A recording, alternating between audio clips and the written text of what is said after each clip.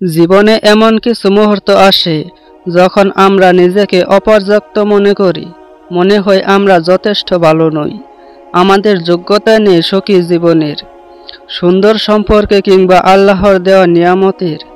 এই অনুভূতি আমাদের মনের গভীরে শিকড় গেড়ে বসে, আমাদের আত্মবিশ্বাস কেড়ে নেয়। কিন্তু কেন আমরা এমন ভাবি? আল্লাহ আমাদের সৃষ্টি করেছেন সর্বোত্তম আকৃতিতে, তবুও কেন আমরা নিজেদের প্রতি অসন্তুষ্ট? একটু খেয়াল করলে দেখতে পাবেন আমাদের শৈশব, সমাজ ও শয়তানের প্রভাব আমাদের মনে এই নেতিবাচক ধারণা গেঁথে দেয়। তবে আল্লাহর কাছে ফিরে যাওয়া এবং কোরআন ও সুন্নাহর আলোকে নিজেকে গড়ে তোলার মাধ্যমে আমরা এই অনুভূতি কাটিয়ে উঠতে পারি। আল্লাহ আমাদের সৃষ্টি করেছেন সর্বোত্তম আকৃতিতে। কোরআনে তিনি বলেছেন, মানুষকে সৃষ্টি করা হয়েছে সর্বোত্তম গঠনে। আমাদের শরীর, মন, ব্যক্তিত্ব সবকিছুই আল্লাহর সৃষ্টি। তিনি এতে কোনো ত্রুটি রাখেননি। আমাদের চেহারা, প্রতিভা, এমনকি আমাদের দুর্বলতাগুলোও আল্লাহর পরিকল্পনার অংশ। তাই নিজেকে অপর্যাপ্ত ভাবা মানে আল্লাহর সৃষ্টির প্রতি অবিশ্বাস করা। আমাদের প্রথম কাজ হলো নিজেকে ভালোবাসা, নিজের প্রতি কৃতজ্ঞতা প্রকাশ করা।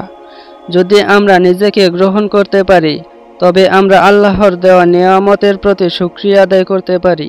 যখনই আমাদের মনে নেতিবাচক চিন্তা আসে, তখন প্রায়ই এর পেছনে শয়তানের ওয়াসওয়াসা থাকে। কুরআনে আল্লাহ পাক বলেন, হে আদম সন্তান, আমি কি তোমাদের নির্দেশ দেইনি? শয়তানের অনুসরণ করো না, কারণ সে তোমাদের প্রকাশ্য শত্রু। শয়তান আমাদের মনে নিরাশা ও হতাশা বীজ বপন করে, যাতে আমরা আল্লাহর পথ থেকে দূরে সরে যাই। যখন আমরা মনে করি আমরা যথেষ্ট ভালো নই, তখন শয়তান আমাদের দুর্বলতাকে কাজে লাগায়। এই পরিস্থিতিতে আমাদের উচিত আল্লাহর কাছে ফিরে যাওয়া, নেক আমল করা এবং শয়তানের প্ররোচনার বিরুদ্ধে লড়াই করা। নিয়মিত নামাজ, কুরআন তেলাওয়াত এবং জিকির আমাদের মনকে শান্ত করে এবং শয়তানের প্রভাব থেকে রক্ষা করতে পারে। কিছু মানুষ তাদের নিজেদের দুর্বলতার প্রতি অসন্তুষ্ট, তাই তারা অন্যদের প্রতি তাচ্ছিল্য প্রকাশ করে। আমরা সবাই জানি, বড় কিছু অর্জন করতে গেলে বড় কিছু বিসর্জন দিতে হয়।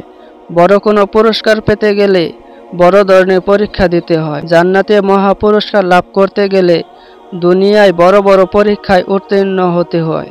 তাই বহু ইমানদারের জীবনে দুঃখ, কষ্ট ও বিপদ আপদ লেগেই থাকে। রাসূলুল্লাহ সাল্লাল্লাহু আলাইহি ওয়াসাল্লাম বলেন, মুমিনের জন্য দুনিয়া হলো কারাগার ও কাফেরের জন্য হলো জান্নাত।